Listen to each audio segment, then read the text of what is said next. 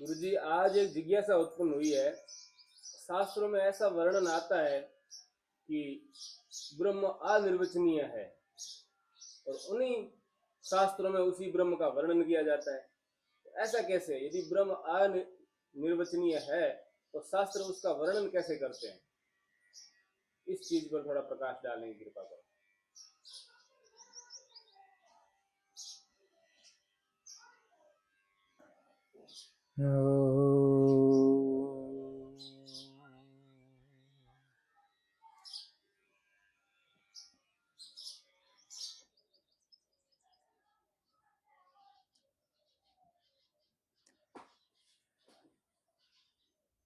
आपने पूछा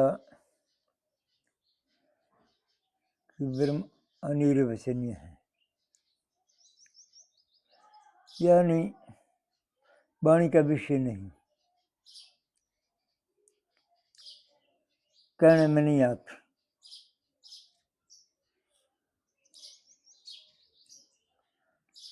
तो शास्त्रों ने वर्णन किया है ब्रह्म का। ये वर्णन किया हम के समान है। ये आपका प्रश्न है कि जो वाणी का विषय नहीं है तो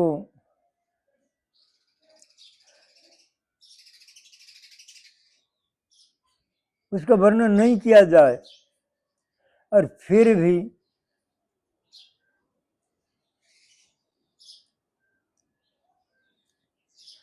अब आप विचार करके देखो, आपको पता लग जाएगा। आप जो जो वाणी से वर्णन करते हो ब्रह्म के विषय में, तो आपने इसलिए पूछा है कि ब्रह्म का आपको ज्ञान नहीं है, इसीलिए पूछते हो कि ब्रह्म वाणी का विषय नहीं है तो ब्रह्म का वर्णन कैसे? पर आपको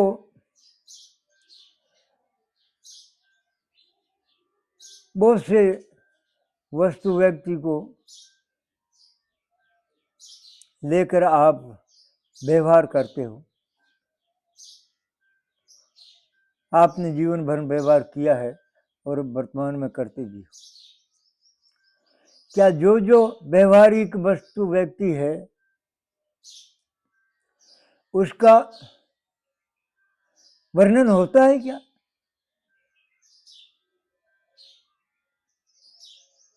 आप उसी पर विचार करो कि एक वाणी का विषय ब्रह्म ही नहीं है या दूसरी जो वस्तु व्यवहारिक, मुख्य रूप से दो वस्तु है, परमार्थ और व्यवहारिक, और तीसरी शास्त्रों में वर्णन करिए वो तो प्रतिभाषिक, वो तो कोई वस्तु नहीं, प्रतीति मात्र है। पर ये दो वस्तु, एक वस्तु से व्यवहार किया जाता, व्यवहार करने का साधन एक वस्तु है, अनेक वस्तु है वो व्यवहार करने का साधन, क्योंकि व्यवहार अनेक वस्तुओं से अनेक तरह के होते। एक परमार्थ स्वरूप है, वो चेतन वस्तु है, ये जड़ वस्तु है। आपको शंका हुई कि जो परमार्थ वस्तु है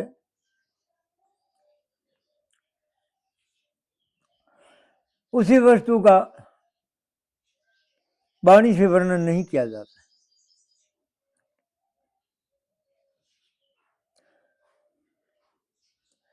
तो आप इधर देखो कि आप व्यवहार करते हो वस्तुओं से, वो व्यवहारिक वस्तु है, वो वस्तु क्या वाणी का विषय है? ध्यान करके देखो। कि जो व्यवहारिक वस्तु है, अनेकों वस्तु है छोटी बड़ी, क्या वो वाणी का विषय है? वो तो वाणी के विषय है। ये आपने इस पर ध्यान नहीं दिया, आप इसी का निचोड़ देखा नहीं, आप केवल शास्त्र पढ़कर ही बात करते हो। आप उसका अनुभव करके बात करो तब पता चलेगा। आप उसी का अनुभव करोगे तो व्यवहारिक वस्तु भी वाणी का विषय नहीं है।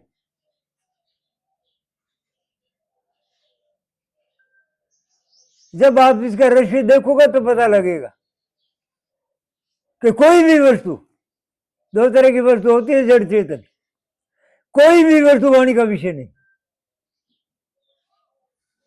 यह निचोड़ निकलेगा, आप निचोड़ करके देखना। तो फिर क्या है, वर्णन क्या क्यों करते हैं, किसी का करते हैं, स्कूल में क्या पढ़ाते हैं, घर में क्या पढ़ाते हैं, क्या शिक्षा देते हैं, क्या सिखाते हैं?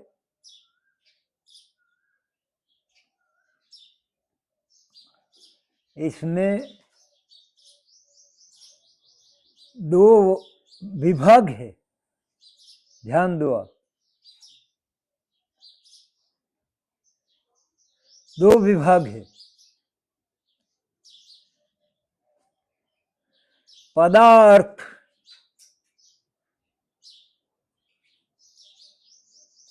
अर्थ कहते वस्तु को, चाहे परमार्थ वस्तु है चाहे जड़ वस्तु है। पद कहते हैं नाम को।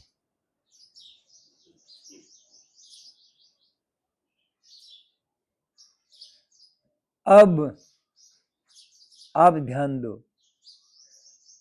कि आपके पास जो व्यवहारिक वस्तु है उसे आप व्यवहार करते हो,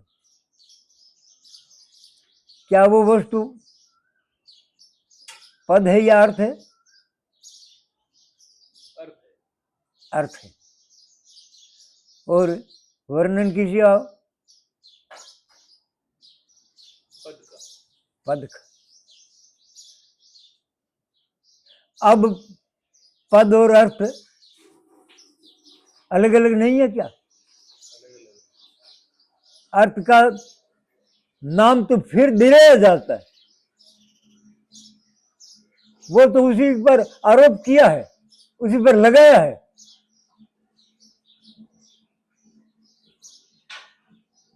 और वर्णन उसी का होता है।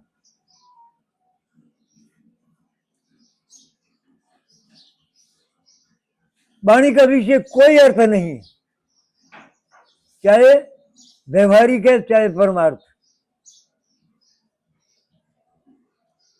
जिस वस्तु का ज्ञान करने के लिए नाम फिर दिया जाता है और वर्णन उसी नाम का ही होता है, अर्थवाणी का विषय नहीं है। आप कहो, आपका प्रश्न है, आपने ये शंका हुई कि ब्रह्म अनिर्वचनीय, वचन का विषय नहीं, वाणी का विषय नहीं, तो क्या आप व्यवहार करते हो, जो अर्थ है वो क्या वाणी का विषय है?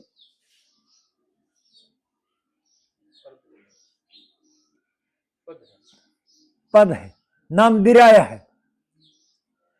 तो आपने उच्चारण किया है, पूछा है तब कि, लेकिन गुरुजी ज्ञान तो अर्थ का हुआ है ना। सुनो, आपने पूछा है कि ब्रह्म का वर्णन कैसे किया, तो ब्रह्म नाम है कि वस्तु है? नाम है। और जैसे जो व्यवहारिक वस्तु का नाम से ज्ञान होता है, तो परमार्थ वस्तु का नाम से ज्ञान क्यों ना हो? व्यवहारिक वस्तु का नाम इसीलिए दे दिया जाता है कि नाम से वस्तु का ज्ञान होता है। तो ब्रह्म ये भी नाम है और ये वाणी का विषय है, तब तो आपने पूछा नहीं तो पूछोगा कैसे? पूछा ना आपने कि ब्रह्म ये पद है का अर्थ है? पद है ना, तो पद तो वाणी का विषय है ही, अर्थ वाणी का विषय नहीं है। जो व्यवहारिक वस्तु है वो व्यवहार करने में काम आती। व्यवहार नाम से होता है कि वस्तु से होता है? तो फिर अब वो व्यवहार करने में काम आते जब व्यवहारिक वस्तु कहते। जिस वस्तु को परमार्थ कहते वो परमार्थ वस्तु है, चेतन स्वरूप। उसी का भी नाम करने की आवश्यकता है, ज्ञान करने की आवश्यकता है। तो जो जो वस्तु व्यवहारिक है उसके ज्ञान करने की आवश्यकता है। क्यों? कि अलग अलग वस्तु से अलग अलग व्यवहार हो गए, तो ज्ञान करने की आवश्यकता है। तो ऐसे भी परमार्थ वस्तु के ज्ञान करने की आवश्यकता है।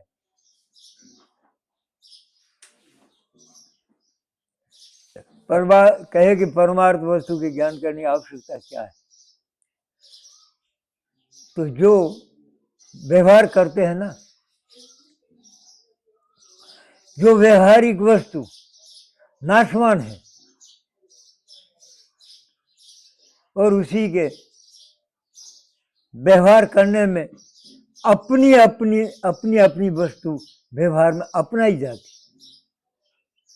शरीर, परिवार और व्यवहार करने की वस्तु ये अलग अलग अपनाई जाती और अपनी अपनी वस्तु लेकर के व्यवहार करते। अपना शरीर लेकर के, अपना परिवार लेकर के, अपनी और वस्तु लेकर के व्यवहार करते और फिर अलग अलग वस्तु से अलग अलग व्यवहार होते। अब जो अपनी वस्तु है उसमें जो वस्तुओं में धीरे धीरे वो जुड़ते जुड़ते ऐसा जुड़ जाते हैं तो बेहोशी आ जाती, उसको होशराई नहीं रहते। तो फिर वो बेहोशी में शरीर को लेकर के अपना आपा मान ले और परिवार शरीर का है उसको अपना परिवार मान लेते और काम आते हैं वस्तुआं शरीर परिवार आदि के अपने काम आना मान लेते और फिर व्यवहार करते हैं। व्यवहार का वस्तु तो वो तो नाशवान है, उसका नाश होता है। नाश होता है तो शरीर नाश को अपना नाश मान लेते और परिवार नाश को अपना परिवार नाश मान लेते और अपने काम आनी वस्तु नाश मान लेते। उसका नाश मानने से दुख होता है, अरे मेरा नाश, ऐसे करके दुखी होते। अब परमार्थ वस्तु के जानने की आवश्यकता क्या है? परमार्थ वस्तु कोई और नहीं है, परमार्थ वस्तु है व्यवहार करने वाले अपना आपका स्वरूप, वो परमार्थ वस्तु। और उसी परमार्थ वस्तु को बेहोश होकर के विपरीत देह रूप जाना है, इसी कारण दुख हुआ है। इसीलिए गुरु की आवश्यकता, सत्संग की आवश्यकता, शास्त्रों की आवश्यकता है। वो बताते हैं कि तुम होश में आओ, तुम ठीक तरह से ध्यान करके देखो, तुम अपने आप को देह रूप मानते हो या तुम भ्रम से विपरीत मानते हो, इस कारण आपको दुख भोगना पड़ता है। आप इसी से अलग हो। कुम्हार जितने मिट्टी के बर्तन बनाते सब नाशवान है। जब ठरका लगता है, कोई चोट लगती है तो नष्ट हो जाते हैं। क्या कुमार उसके साथ में नष्ट होते? ऐसे जो आप व्यवहार करते हो, जिनसे शरीर बनते हैं, और शरीर के सम जोड़ने से परिवार बनते हैं, और उसी शरीर परिवार आदि की रक्षा के लिए अनेक वस्तुएं बहुत तरह के कर्म करके तैयार करते, वो सब के सब नाशवान। और उसी शरीर के नाश से अपना कुछ नहीं बिगड़ता, उस परिवार के नाश से अपना कुछ नहीं बिगड़ता, और उस धन संपत्ति के नाश से अपना कुछ नहीं बिगड़ता। क्योंकि पहली बात तो यह है कि शरीर बिगड़े तब अपना बिगाड़ नहीं होता, क्योंकि हम शरीर है ही नहीं। और दूसरा, परिवार नाश से अपना कुछ नहीं बिगड़ता है। उसका कारण क्या? कि परिवार अपना है ही नहीं, परिवार अपने साधन का है। अरे भाई, ये परिवार को अपना मानना ये कैसा है कि जो एक दृष्टांत देते हैं व्यवहारी का, कि एक व्यवहार ऐसा करते समय लड़का का ब्याह करने के लिए जान बना करके गए लड़की के घर में, ब्याह करना है, और वहां साथ में जान जाननियां भी गए। अब वहां हुआ क्या? वो आगे वाली, वो मांड की पत्नियां, मांड की स्त्रियां, और वे जाननियां, वे मांडनियां, वे आपस में मिली। तब पूछा, अरे हगी जी, अथर चाकी की? चाकी तो बेराई की। ओहो, गजब कर दिया, पता ही नहीं, जान बना करके आ गया। पता तो करना पहले कि को गन्नू गन्नू तो नहीं आ रहे, ओ गन्ना को मेरी चाकी बेरेगी। अब आप बहन ए मुंह से भाई बहन, अब एक जाओ कुकर में, तो वो बुझाओ, वहां से बिखर गए। अब ये गना घटी का था कि स्त्रियों का था? घटी का था। घटी का गना, और मान लिया स्त्रियों ने अपना गना। तो ऐसे ये परिवार संसार के है, और अपने साथ से संसार से बनते हैं। ये जितना शरीर है वो अपने साथ में बनते हैं, अपने नजर में बनते हैं, अब बनाने वाले अपन। और वो एक कंधे की मट्टी लेकर के कई बर्तन बनाते हैं कुमार। वो एक खंडे की मट्टी बर्तनों में ये एक खंडे की मट्टी का संबंध है, क्या कुमार में है? तो ऐसा मानना विपरीत है, और उसी मान्यता से सारा दुख भोगना पड़ता है। इसी दुख भोगने से मुक्त होने के लिए, जैसे व्यवहार करने के लिए व्यवहारिक वस्तु छोटी बड़ी जितनी है उसका नाम दिलवाया, वो नाम वस्तु से अलग है, वो बाद में दिलाया गया। और एक एक शरीर के अंग अंग का भी अलग अलग नाम है। ऐसे शरीर सब भी है, गाड़ी मोटर आदि, एक एक अंग के अलग अलग नाम है, क्योंकि अलग अलग अंग जोड़ करके वो बनते हैं, और जोड़ने में कोई टूट गए तो उसी वस्तु का नाम, ये अमुक वस्तु ला करके इसलिए जोड़ना है। ऐसे ये नाम दिलाया है व्यवहार में, व्यवहारिक वस्तु, और नाम ही वाणी में आते, पद ही वाणी में आते, अर्थ वाणी का विषय नहीं है, पर पद से अर्थ जाना जाता है, इसीलिए पद की आवश्यकता, नाम की आवश्यकता। ऐसे ही आपने नाम तो कहा ही, वाणी का विषय नहीं है ब्रह्म, तो आपने नाम कहा कि वस्तु का? नाम कहा था। नाम का। और नाम तो वाणी से आप बोल रहे हो, फिर कह रहे हो कि वाणी का विषय नहीं है, तो नहीं है तो आप बोल कैसे रहे हो? अर्थ को जानना चाहता था।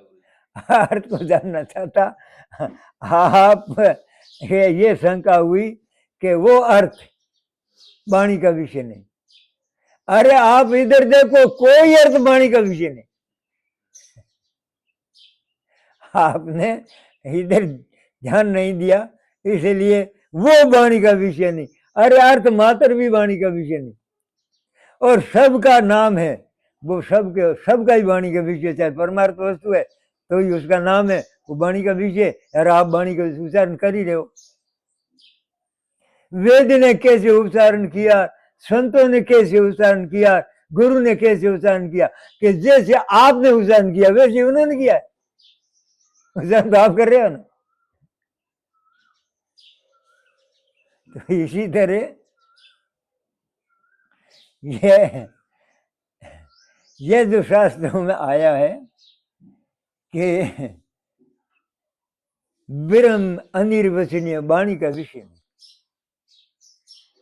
अब वो वाणी से कह रहे हैं कि ब्रह्म, वाणी से कह रहे हैं, और फिर कह के दूसरों को क्या सिखाते हैं? खुद तो वाणी से कह रहे हैं और दूसरों को सिखाते हैं कि वाणी का विषय नहीं, तो तुम कैसे कह रहे? तो इस बात से यह एक बिना समझ का कोतु खड़ा हुआ है, यह शंका बिना समझ की।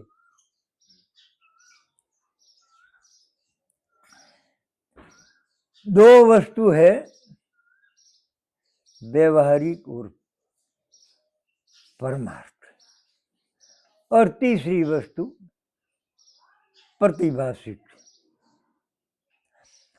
वो तो वस्तु न चेतन है न जड़ है, तो वो तो कोई व्यवहार करने में काम आते हैं, उसमें व्यवहार प्रतीत तो होते हैं, तो प्रतिभाषी की है, प्रतीत ही होगा, व्यवहार करना थोड़ी हो, प्रतीत हो, वस्तु प्रतीत होती है, और वस्तु का व्यवहार भी प्रतीत होता है, और व्यवहार का भुगतान भी होता है। तो भुगतान का कारण प्रतिभाषी की है। अब व्यवहारिक वस्तु, परमार्थ वस्तु, उसी को विपरीत जाना, इसलिए परमार्थ का नाम दे रहना पड़ा, परमार्थ का ज्ञान करने के लिए। क्यों दे रहना पड़ा? क्या जो तीसरी बताते हैं नहीं, प्रतिभाषी की सत्ता, वो तीसरी खड़ी हुई है और उससे दुख पैदा हुआ। वो तीसरी खड़ी हुई है व्यवहारिक वस्तु को लेकर के, परमार्थ ने, ज्ञान करने वाला परमार्थ, चेतन परमार्थ, और उसकी व्यवहारिक वस्तु शरीर। अब व्यवहारिक वस्तु शरीर को अपना आपा माना, माना किसी ने? परमार्थ ने। अब परमार्थ अपना आपा, जिन परमार्थ को शरीर माना, शरीर को परमार्थ रूप, अपना आपा रूप माना, इसको शास्त्रों में कहता अन्योन्य अध्यास। अध्यास कहते हैं भ्रम से प्रतीत होते, या अन्योन्य दोनों जुड़ गया। अब दोनों साथ में मिलने से एक दूसरे के रूप में मिलकर के एक रूप हो गए। अब अनुभव होता है तब दोनों मिल करके एक अनुभव होता है वस्तु दो। आप परमार्थ और आपके पास शरीर है वो व्यवहारिक, वस्तु दो है, दोनों मिलकर एक वर्तित होते।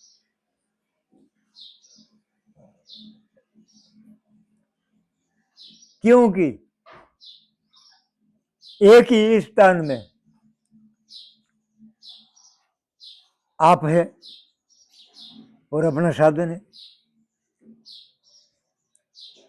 अब एक निराकार एक आकार वाले, साधन आकार वाले और अपन निराकार। अब निराकार के लिए अलग वस्तु चाहिए नहीं, तब व्यवहार तो शरीर से लेकर के करना है, तो शरीर देश में आप, अब दोनों साथ में, और भ्रम से दोनों एक होकर के दिखते।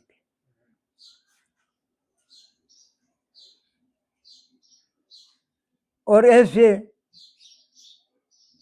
कहे कि दोनों का ज्ञान एक होकर के दिखते है कि एक का ही ज्ञान नहीं, दोनों का ज्ञान, ज्ञान दोनों का दिखते एक होकर के। तो दोनों के ज्ञान का विभाग करे तो कैसे करे? अपने आप को जानते हैं मैं हूं, शरीर को ही साथ में जोड़ करके मैं हूं अमुक आदमी। अब दोनों मिल गए और दोनों मिल करके एक रूप दिखते हैं।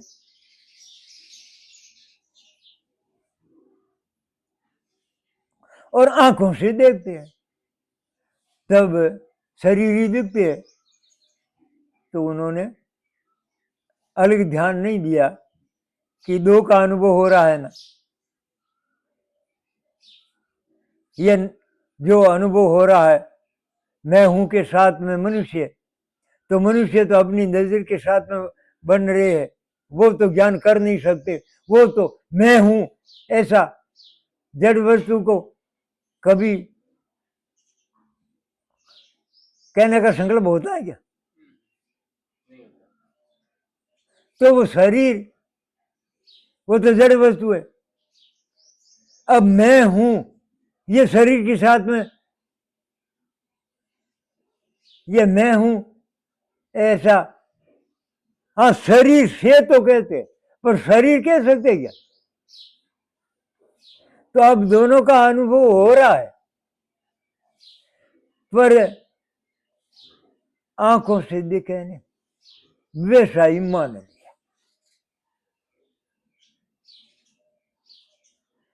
अब इसी मान्यता से अपने आप को देह रूप मान करके अपना परिवार और धन संपत्ति अपने काम आती है, ऐसा मानने से बहुत दुख भोगना पड़ता है। उस दुख भोगने से मुक्त होने के लिए जैसे व्यवहार करने के लिए व्यवहारिक वस्तु का ज्ञान चाहिए, ऐसे अपने परमार्थ स्वरूप का भी ज्ञान चाहिए। इसलिए ये ब्रह्म नाम, आत्मा नाम, परमात्मा नाम, ऐसा नाम ये परमार्थ वस्तु का है और ये वाणी का विषय। इसीलिए अब छोटा वीडियो बनाते हैं तो आगे का वर्णन और वीडियो में करेंगे। और कुछ मेहमान आए हैं उसको भी पूछना पड़ेगा। सतगुरुदेव की जय।